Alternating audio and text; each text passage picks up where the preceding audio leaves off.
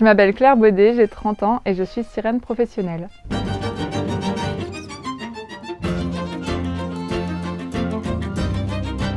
Un métier qui peut sembler un petit peu farfelu comme ça. En fait, c'est juste que depuis l'enfance, je suis vraiment passionnée par le milieu marin et aussi par les contes et légendes, les créatures fantastiques, dont la sirène. À un moment donné dans ma vie, j'avais terminé ma licence, j'avais essayé des études en théâtre, je m'étais rendu compte que c'était pas ma grande passion. J'étais un petit peu perdue, je cherchais un petit peu un sens, quoi faire dans ma vie. Je pense que tout le monde passe un petit peu par là à un moment donné.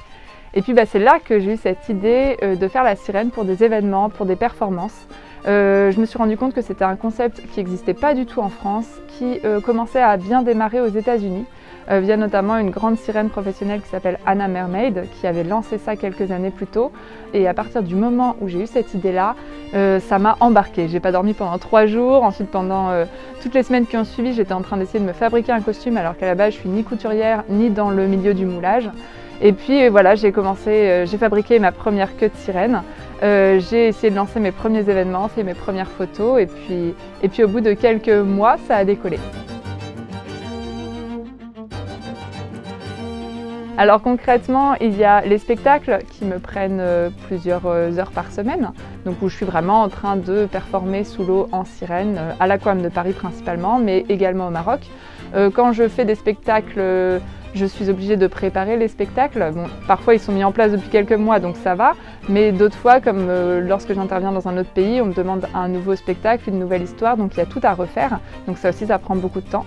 Je fabrique moi-même mes costumes, j'en fais à peu près 4 ou 5 par an. Je les répare également quand ils sont abîmés. Et quand on fait plus de 300 plongées par an, ils s'abîment. Donc ça me prend également beaucoup de temps.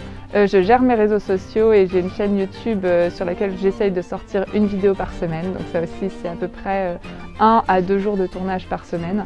Donc voilà, je chôme pas, on va dire. Et puis il y a plein de petites choses qui peuvent venir s'ajouter, les événements à droite à gauche, les tournages, les séances photos. Voilà, on ne chôme pas quand on est une sirène.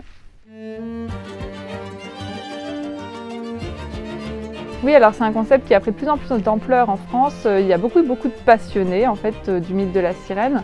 Et maintenant, il y a aussi d'autres professionnels en France qui nagent en aquarium de manière ponctuelle ou qui donnent des cours par exemple ou qui font des événements. Après, ça reste quand même un métier de niche. J'ai eu de la chance de commencer en premier et d'avoir des prestats très régulièrement à l'Aquarium de Paris.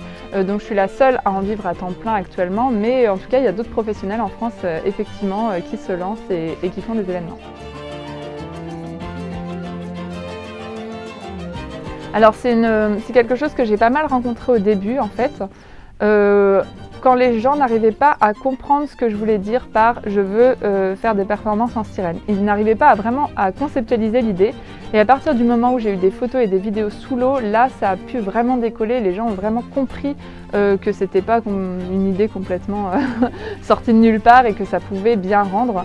Et puis aussi j'étais tellement motivée et sûre de moi que je me suis pas posé de questions et du coup les gens m'ont un peu suivie dans mon délire, parce qu'on peut dire que c'est quand même un petit peu un délire. C'est vraiment génial de pouvoir vivre de sa passion et d'un rêve en fait.